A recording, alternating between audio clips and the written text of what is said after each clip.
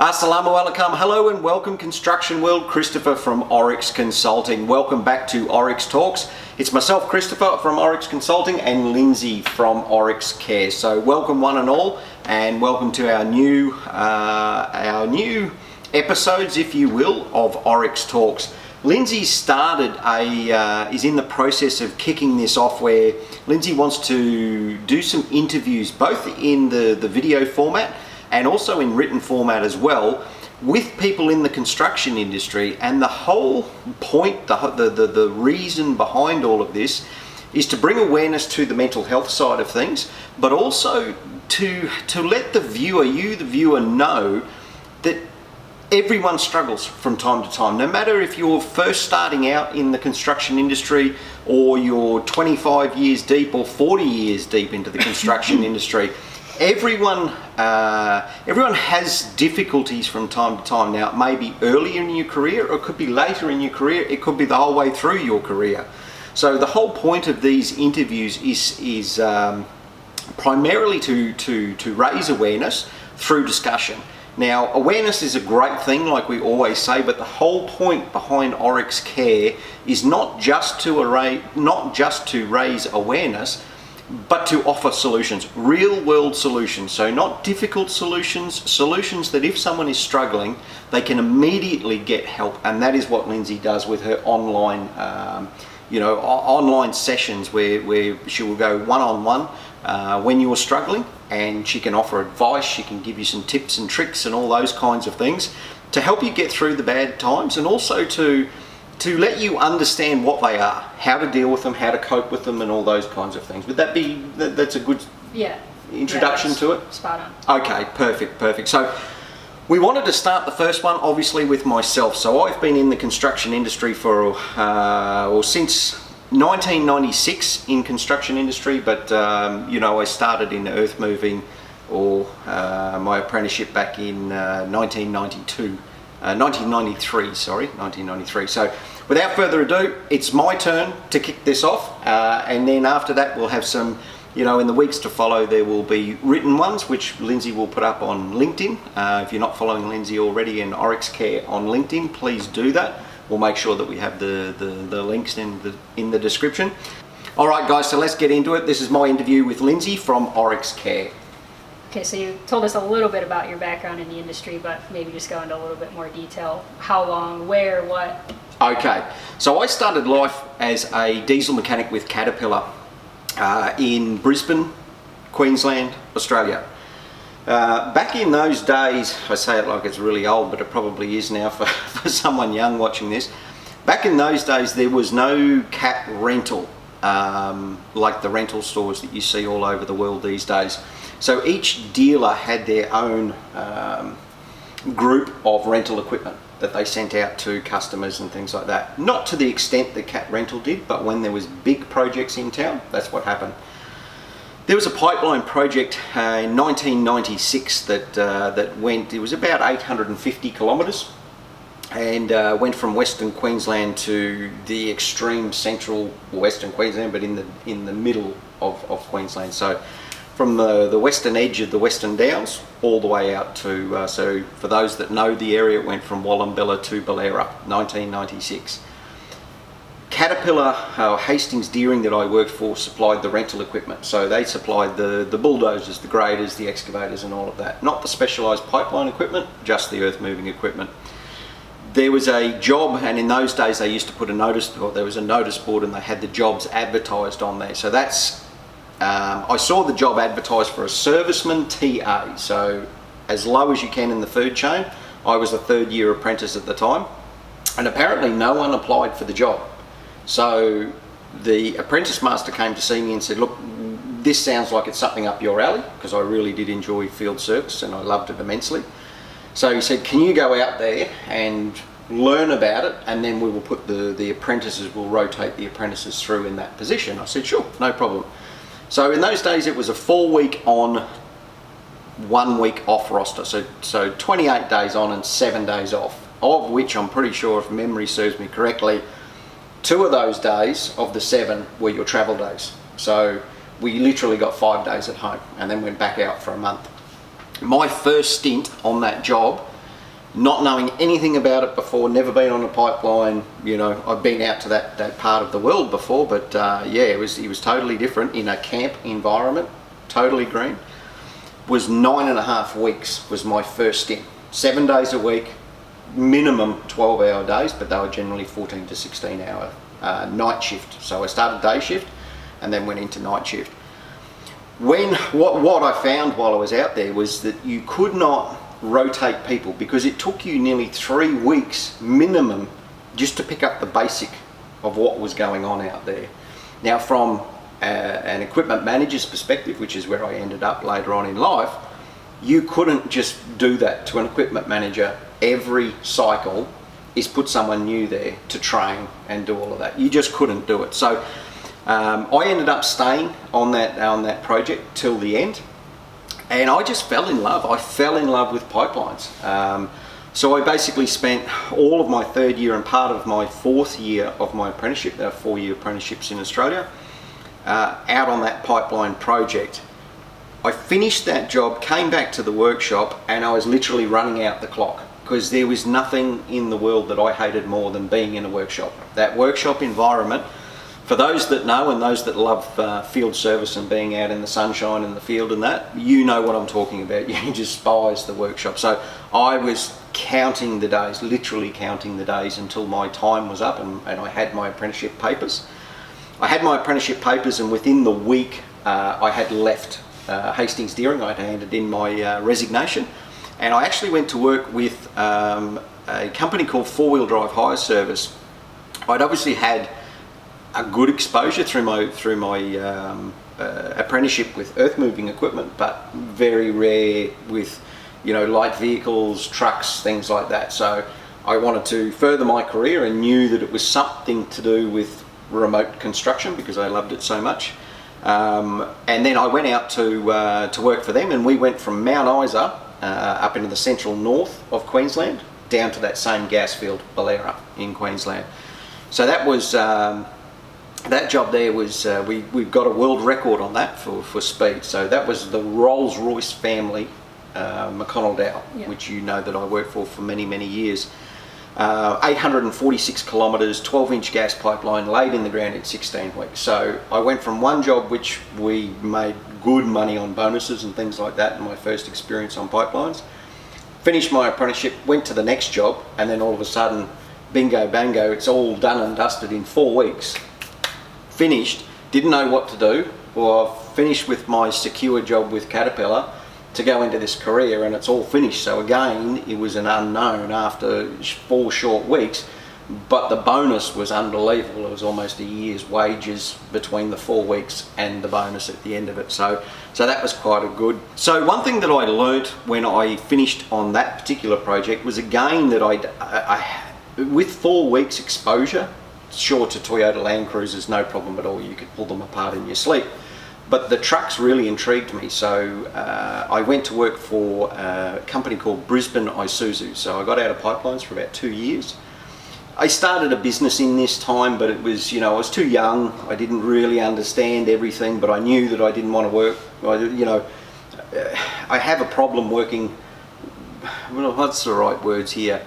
I have issues with people who don't understand how things work, and from a young age I could see things that other people just couldn't see, and see things on ways to improve products and improve processes and things like that. I didn't know it at the time, but I just knew that something wasn't right, and when something wasn't right, I moved on. But when I moved on, I always went to somewhere where I didn't have experience, to give myself a little bit more exposure, if you will. So I went to work for Isuzu. It was really good. I really enjoyed working there, and within 6 months of being there, they started converting diesel trucks to run on natural gas. That was right up my alley, engineering kind of things and things that haven't been done before, so I jumped on that opportunity, and I basically headed that up for Brisbane Isuzu with the salesman and the workshop manager and all of that. So I absolutely loved it. I absolutely loved it. I got to travel around Australia with a demonstration truck that we built. It was a garbage truck of all things. So the problem that I had with that, being young and want to go get them, and I'd been on that pipeline money, which was, lots of money. Getting a workshop wage again was not much fun. So there again, young, okay, money, really good experience and everything like that. So push came to shove, I went and had a sit-down meeting with the owner of the company and asked for more money. He didn't want to give it, so I had to put my line in the sand, and you know me now, I'm quite stubborn sort of a person. So I went back to pipelines, and I'd been out for a couple of years at this stage, probably 2.5 years. I went back, and the first job after that was back in Tasmania, and it was with McConnell Dow, with one of my old bosses, Ross Denby. Went back there, again, fell in love with the pipelines, and knew that as much as I hated being away from home a lot of the time, it's just what made me feel happy and all of that. So I had to come to terms with, dealing with those kinds of things. So on that job in Tasmania, it was a very short, kilometre wise, it was 230 something kilometres, I think it was. And originally I got told I was meant to be there for 3 months. That was it. 13 months later, we were still there doing the job. It was through high country, mountains, swamps, rivers, like it had everything, this job. It was unbelievable, fantastic. Learnt so much on that job. And it was when paperwork was really starting to come into the construction industry in Australia. So my boss at the time hated paperwork. He was not a paperwork guy, did not want to do it in any way, shape or form. So I used to help him out of an evening time when I finished, because I wanted to learn it, because I could understand that that's where it was going. So the more that I learnt, the better off I was going to be. So I went and did his paperwork and all of that. We actually had there was a nasty accident on that job, and I was actually involved in the accident, and I nearly lost both my legs in a vehicle accident where a side boom ran away down a hill. I was getting into a vehicle at the time, and the side boom hit my truck and then pushed my truck into this light vehicle that I was getting into and down over the side of a ravine.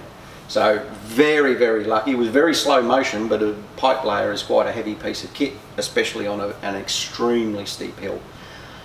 So they sent investigators. When I say they, the government down there sent investigators to the job. The first time I've ever been involved in any of this. And they literally are looking for someone to hang. That's what they're trying to do. Everyone says, oh, it's just a nice, easy process. Well, it's not. And the one thing that saved us on that job was all the paperwork that I'd done on the maintenance on those machines. So we pulled it out, and I remember my boss saying, Chris, you've saved our ass. And that's literally what it was, because that machine I'd done so much work to that particular machine, because it was not in very good shape when we started the job. So anyway, that saved us, and then I saw, oh, this is a big deal. And of course my boss at the time thought exactly the same thing. So finished that job, fast forward a little bit. Ross, my ex-boss, there was a new pipeline company, or a company from Holland, that actually came to Australia and was setting up a Southeast Asia division. Ross went to work for them and thought that I would come and be his right-hand man at that particular place. The second that Ross left, McConnell Dow asked if I would like his position. I, of course, had this heavy weight on my shoulders as a young, I think I would have been about 26 years old, 27 years old. Do I take this wonderful, fantastic opportunity where I know they will give me zero training, promise the world and deliver nothing, because I knew the company extremely well, or do I go where I know it's safe and comfortable and all those kinds of things? I decided, well, I've always bettered my career in the past, so that's what I'll do. So I took that job, and I went through a hell of a learning curve, as you could imagine. So I started with McConnell Dow there on permanent staff, and didn't realise, I thought I was stepping up in the world monetary wise. I was so far behind. When you go onto permanent staff, it's just not funny, to the point where you say, well, what the hell am I doing this for? So I stayed with McConnell Dow as a young equipment superintendent, they called it, and I worked all through different parts of Australia. Finished off some stuff in Tasmania. We went to Victoria. We went and did the big project over in Western Australia through the Great Sandy Desert. So I finished that. I had a girlfriend at the time who didn't really like me being away, and that was always something very, very difficult there. So then I went back to, I went to actually work on the mines in North Queensland. That literally lasted, I think, for about 2 weeks. It took me about a month to pack everything up in my house, move, relocate, furniture, you name it, get a house in North Queensland, everything, and I was there for about 2 weeks on the job site, and I thought, there is no way. If it takes you 2 weeks to do a job, they don't care. That's fine. Take 2 weeks to do the job.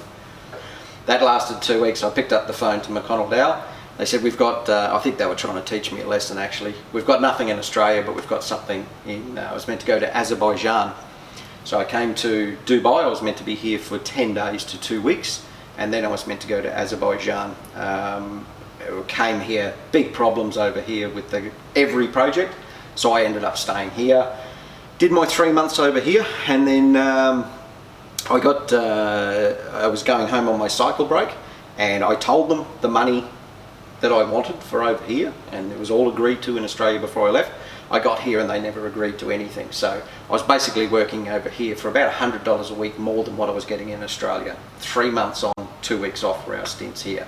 So, you know me, there's no way I'd put up with that. So I went back to Australia.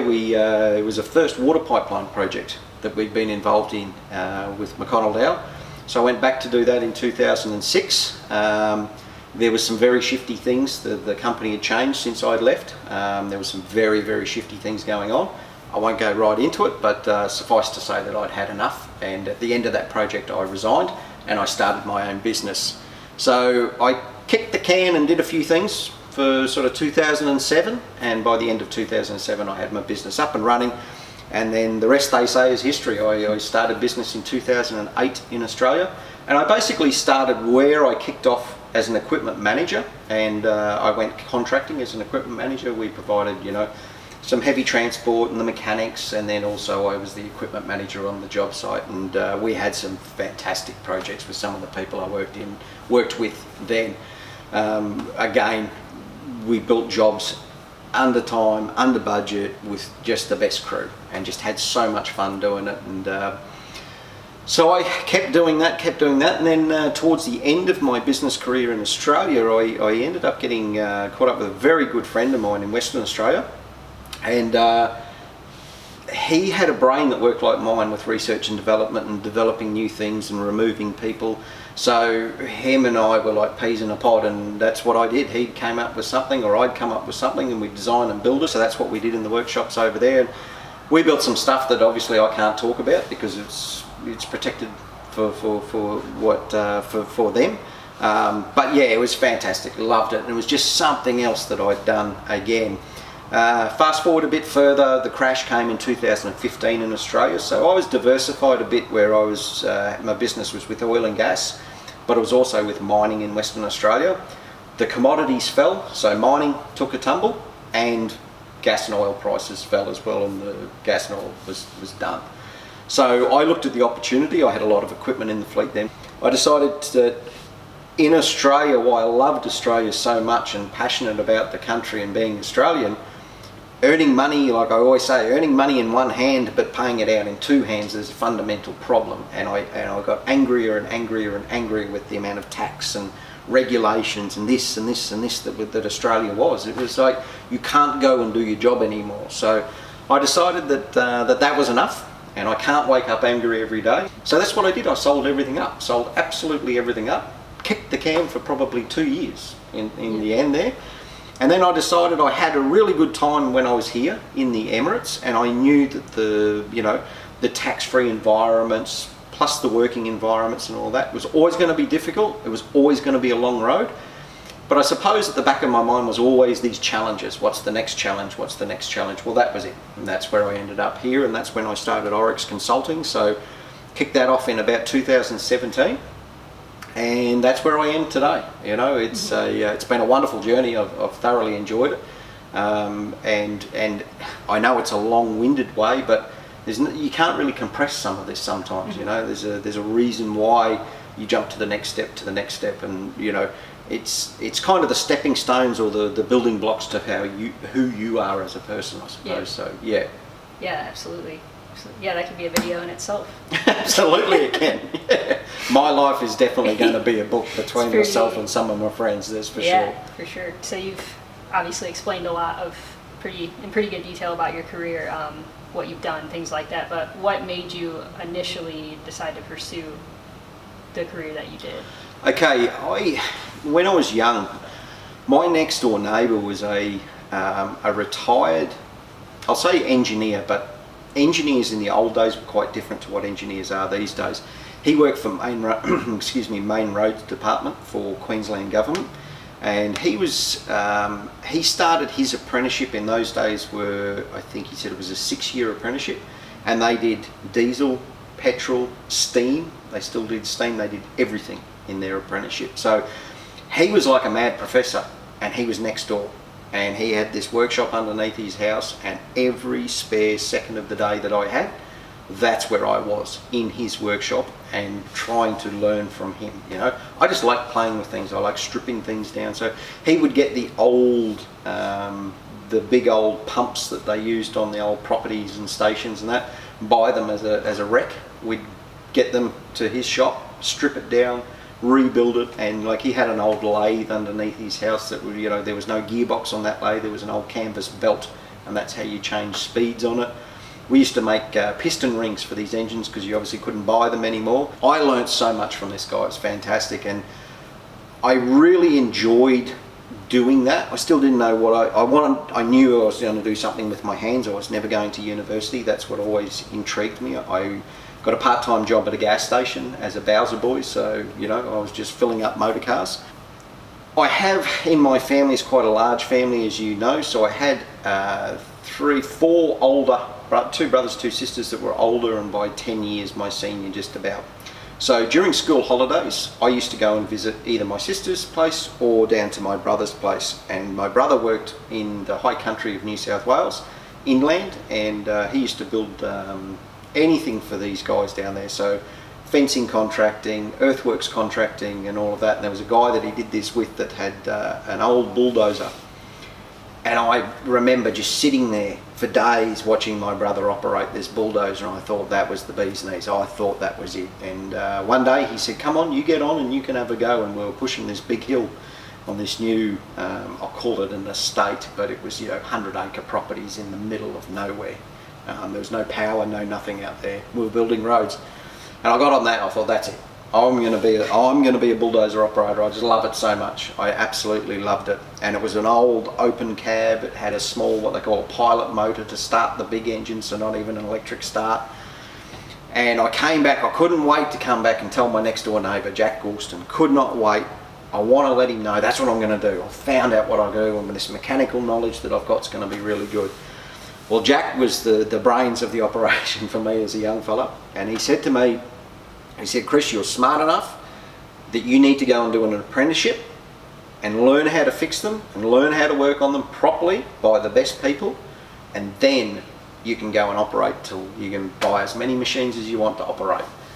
And I remember I was so deflated. I thought to myself, oh my goodness, Jack, that's all I want to do. He shut down my dreams. But unbeknownst to me, I respected him that much, and I said, right, that's what I'll do. So he said to me, if you're going to do it, you need to go to the best. So he said, you need to go to Caterpillar. And I thought, oh, okay. So we started looking in, and my mum started looking into how do you apply, and how do there's no computers in those days, there's no internet, there's none of that. So, what do you do? So we write letters, and thanks for your letter, we've received it, and you need to come down. You need to provide your resume, so to speak. So I provided that, and they said, that's great. So I think there was, when I first started, there was 1,800 applicants for apprenticeships with Hastings Deering. 70 got to come and do an exam, which was about, I think it was like 5 or 6 hours on a Saturday. Out of that, I think 20 got an interview, and 5 got a job, I think it was that year. The apprentice master wrote a letter back, said come in for a second interview, and they said, look, we're going to put it all on the table for you. He said, you're the only guy that we've ever had come through in my history that we want to give a job to straight away. And I was in grade 11 at that stage, so I hadn't finished high school. But they said to me, if you don't take the job, you're automatically into the exam stage again next year. So the job was mine if I wanted it, but they also asked me would I want to finish grade 12. So if I wanted to go on to be an engineer at the end of it, then yeah, okay, well, I needed grade 12. And in Australia, you don't have to do grade 12. No, in Australia, you can finish and go to an apprenticeship at the end of grade 10. Yeah. That's correct, yeah. So I thought, and I spoke to my next door neighbour, and I spoke to my parents and everything, and I decided that grade 12 was going to be it. But me being me, I pretty much thought that I'd had a job at the end of grade 12, so I treated grade 12 respectively. So I passed, but I didn't kick any major goals or anything, but I passed at the end of the day. So then I came back, I reapplied, did everything, went through everything again, and I went from 5 apprentices down to 3 apprentices the next year. So luckily enough, I got one of the 3, and that's where I started my apprenticeship. So that's how I started I've always been mechanical, but it was guidance from, I will say my mother and my next door neighbour. Yeah, so it was a little bit of everything. A little bit of everything, but having those right people to guide you and just not tell you what you want to hear, but tell you what's going to be best for you later on in life. So yeah, absolutely. Okay, so what are some things that you know now maybe that you wish you would have known at the beginning? If you were having a conversation with someone young who is just starting out, what are some things that you could share? Okay, quite a lot. Like I always think to myself, if I was so much younger, what would I do? But I wouldn't change anything, at least anyway. First thing that I would say is give yourself rope, give yourself Grace. Room.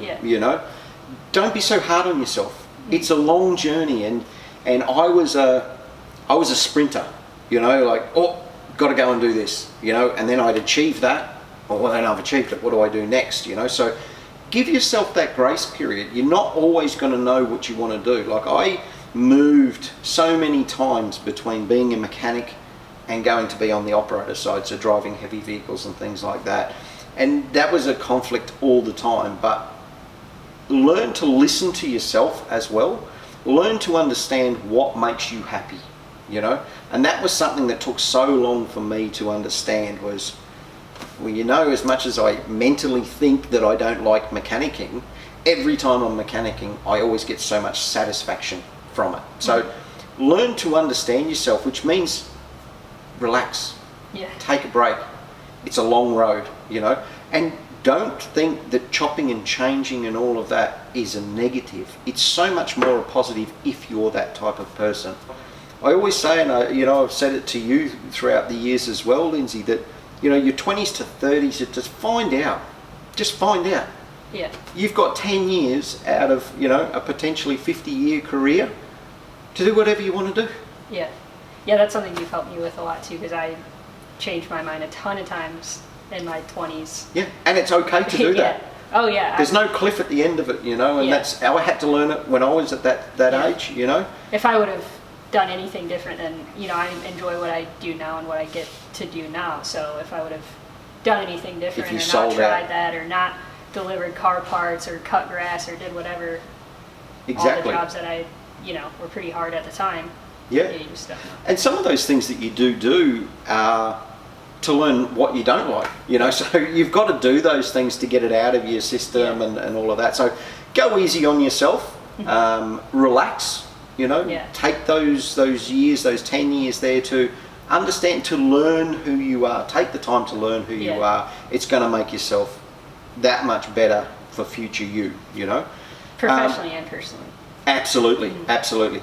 Personally, this is something that I struggled with as in my career, working away from home a lot. So I will say sometimes you can't have it all, okay? I'm going to say most of the time you can't have it all. So I was trying to have the perfect relationship, the perfect job, the everything.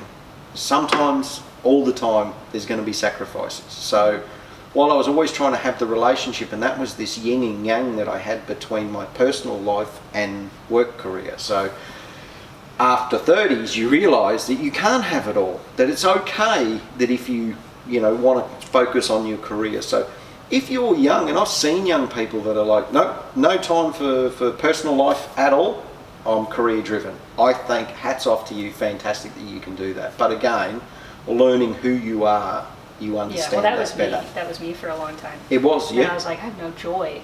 There's no joy. Exactly, yeah. And that I was on the other side of the coin where I'd have immense joy for 1 week when I was home, and then, you know, immense sadness when I was at work, and I was doing something that I loved doing. So that was always such a conflict for me. So just remember, you can't have it all. So take your time, slow down.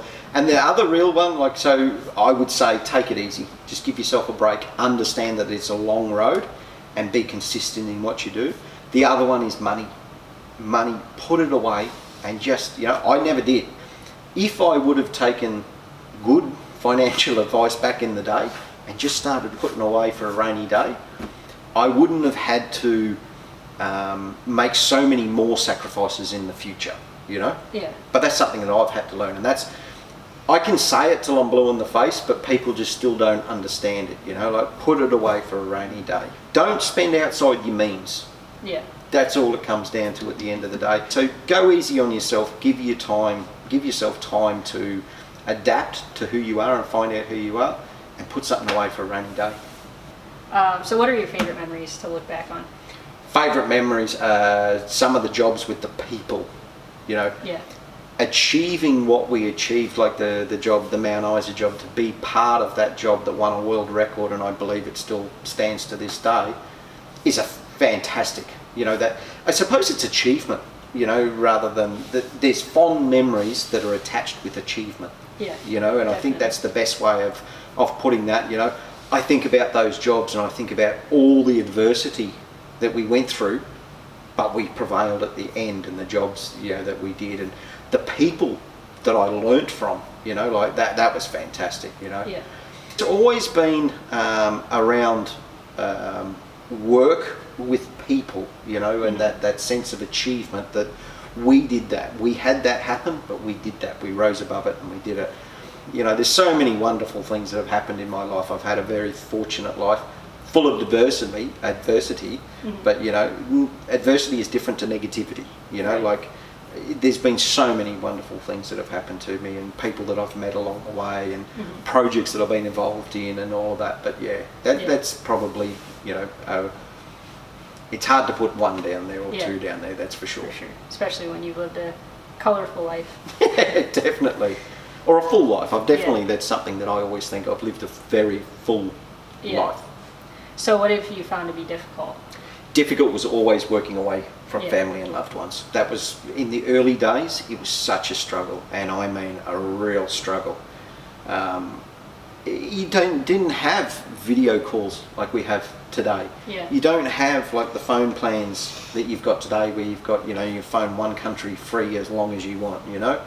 The video calls and all of that. You wrote letters. So it was very, that was so difficult to understand and to comprehend. Like, oh, I met this really sexy girl, and I've got her address, and I'm going to write her a letter, and then you mightn't hear from her, or you might hear from her 3 weeks later when you're just about due to come home, and that was always difficult. And you know, satellite phones in those days were like $2.20 a minute to call back home, so it was difficult in those days. So keeping an open communication or an open dialogue with home involved a lot of writing.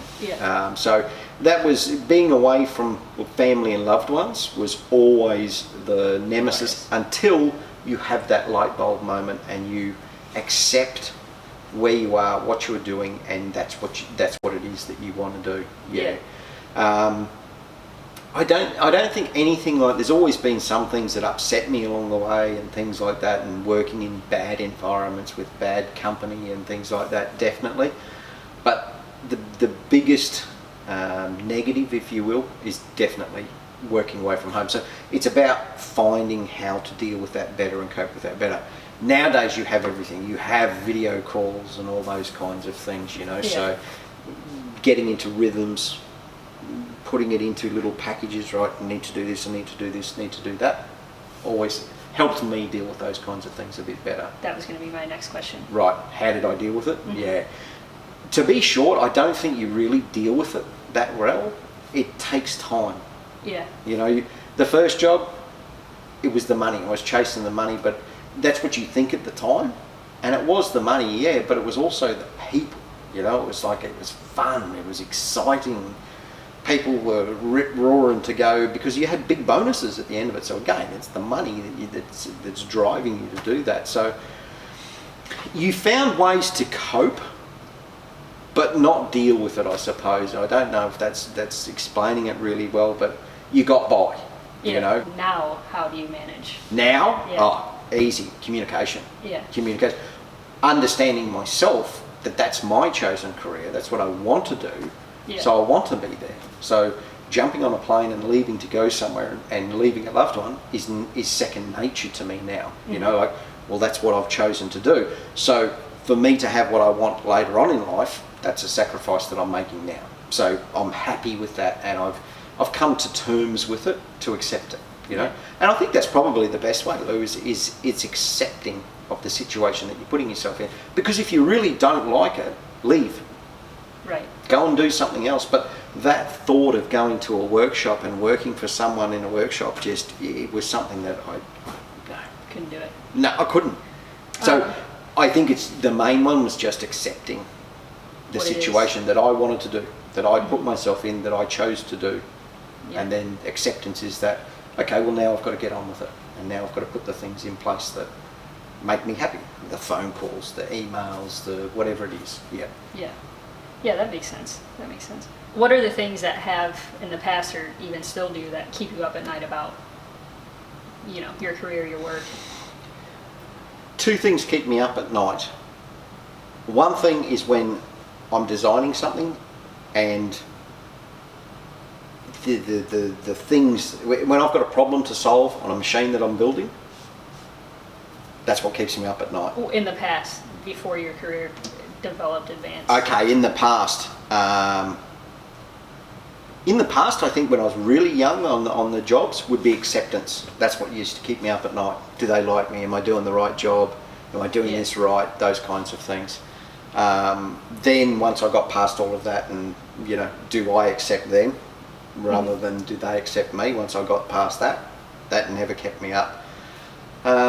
Personal relationships used to keep me up until I got past that again, you know. Money sometimes when I had my business, because people rely on me. I employed people and things like that, and you know, you owe the banks money and all those kinds of things. So money definitely kept me up of night time, and certainly kept thoughts all the time, constantly, whether waking hours, you know, daylight hours, nighttime hours, thoughts of money all the time, you know. And nowadays, I mean, I've still got a business, so every now and again there's always going to be money concerns, like, okay, because I want to design and build particular things, and, you know, there's how am I going to finance that, where am I going to come from, because I've moved away from dealing with banks. I despise them in every way, shape and form. So now I self-fund everything. So that's always okay, where's the next money going to come in from? So, but I'm also old enough now where you're just like, it always works out. It always does, because I've got that drive, the ambition to go and do that. So now it's a more calming, but there's still certain times where you're like, okay, is that going to come in before this is due, and I've got to do that, and I've got to, you know, there's just a lot of juggling with that. So it's probably juggling of finances always. But I suppose now the main things that keep me up, well, when I wake up at night, is literally trying to design something, to design a fault out of something, or to design a flaw out of something. So I've sort of probably got to the age in my life, or the part in my life, where I'm okay with everything else in my life, for the simple fact that now that's the only thing that keeps me up at night, is solving problems. Yeah. So yeah, it's not finances, it's not relationships, you know, it's not acceptance with other people. It's a good place to be when you're like that. Yeah, definitely. Do you think that if you would have maybe got some extra guidance or support along the way, you could have furthered that process quicker? Lou, I relive that in my brain just about every week, if not every second day of the week. If I would have had services like yours available to me back then, it would be an investment in my future like you wouldn't believe, because accepting who you are, accepting the situation that you're in, and frees your mind up to explore so many different opportunities. And I always, I never have regret in my life. I never have, because I've had such a fortunate and an explorative life, I suppose. But I think to go, okay, well, if I would have been a lot calmer in those days in accepting the position and not trying to fight my internal struggle every day of the week of trying to keep everyone happy and a relationship and all of that, and focused on what it is that made me happy at that point in time, dude, I would have had invested money, and I would have done this and I would have done that, so I look at that it would have furthered me. Like I never got cold feet, or I never got scared about jumping to something new to go to something better. That never frightened me, that did. But it always involved, the step back to take 2 steps forward, so it's the slow building blocks. Never regret that. But how much further could you be? I always look at that, because the older that you get, the time is limited, and I say that, and sometimes it sounds, like you're contradicting, you've got time. You've got time, but the sooner that you work out that what makes you happy and understanding who you are, the sooner you get on to doing what it is that makes you happy. Right. Not the people that make you happy, not the businesses or what you think might make you, what truly makes you happy, and that legacy that you want to leave on the world, Yeah.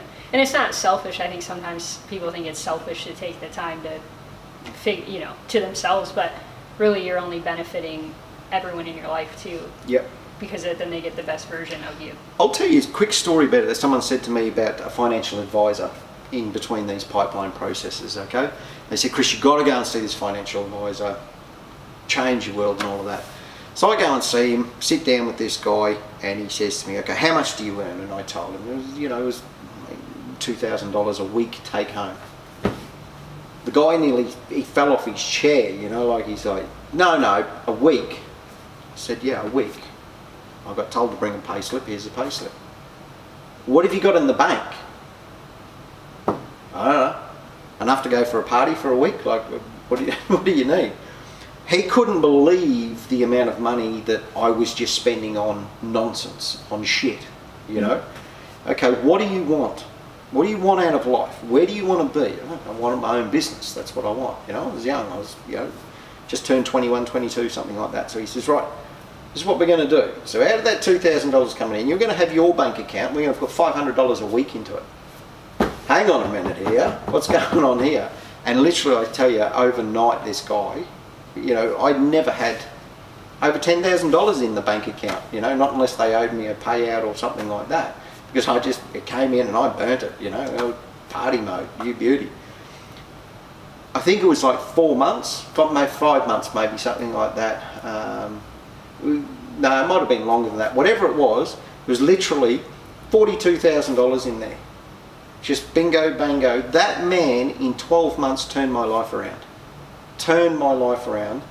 And that's nothing to do with mental things. It was mental for me to understand, well, this is possible. You can do this. This is what you can achieve when you put your mind to it, and just make that little. I wasn't sacrificing. Remember, I was earning not even $400 a week, and I was living and I was paying rent and I was doing all that. When you work in a camp, you don't pay nothing. Yeah. The beers were like $1 something for a beer. So yeah, if I would have had your services to help with the personal issues that I was facing and the acceptance issues in those days, plus that financial advice. But once you understand that personal, because this is what I found, when that financial advisor came into my life, then I didn't care about that other stuff that much. You know what I mean? Like, he said to me, Chris, you're going to have, if you do 4 weeks away, you're going to have $2,000 in there when you come home for 7 days. I dare you to spend $2,000 at a party. Oh, okay. Yeah. Challenge accepted. But yeah, I mean, like, it always, once you've got something to focus on, and that's where what you're really good at doing is giving someone that shiny object to focus on, to move the attention and the distractions and all of that away. So, and that's all it was. That was just you learn, you know, you've Yeah. done all the training on it. Oh, I've been there too. Like, yeah, having to remove the distractions from my life. definitely. Also. I've learnt it over my 25, 26 year career. Yeah. You know, if you can learn that in the first 5 to 6 years, dude, you got 20 more years of, building whatever it is, So Yeah. I've had a very fortunate life, and I love the lessons that I've learned, but nowadays there's so many things to give you that kickstart, and that's would I have used those services? I wouldn't have known that I needed to, but nowadays we're in a different world. Nowadays we understand that there's so many different problems that we have, and so many different... How they affect different parts of our lives. Exactly, exactly, yeah. For sure. Okay, last one. If you could put up a billboard or a message of some sort on a pipeline job or construction site, any place like that, what would it be? Achieve. One word, achieve. I think everyone in this world needs to leave something behind, a legacy behind, something. Leave the world a better place, If that means that you're going to be the number one mum to your kids, be the best mum, Yeah. Be the best at what it is that you want to do. Don't half-ass it. Don't do anything like that. Achieve, I think it's so important that people go through life and they never achieve anything, It doesn't have to be big. You don't have to build the Ford Motor Company or anything like that. But whatever it is that you do that makes you happy, that gets you out of bed, be the best version of that you can do. I can't stress it enough, You can be, and they say, I've read books where they say, 5 years of an hour to 2 hours a day, you become an expert in anything. Now, 5 years over a 40, 50-year career is a very small price to pay to be the best at something that you do, Our focus now, as you know, Oryx Consulting, we've always been with pipelines orientated and helping people now, giving back and all of that. I want others to achieve. I want others to feel the success and the sense of pride when you achieve greatness, And that's why Oryx Consulting is there. But now, we're literally focusing out of all the pipeline stuff and the different processes that happen. We're focusing right on backfill right now.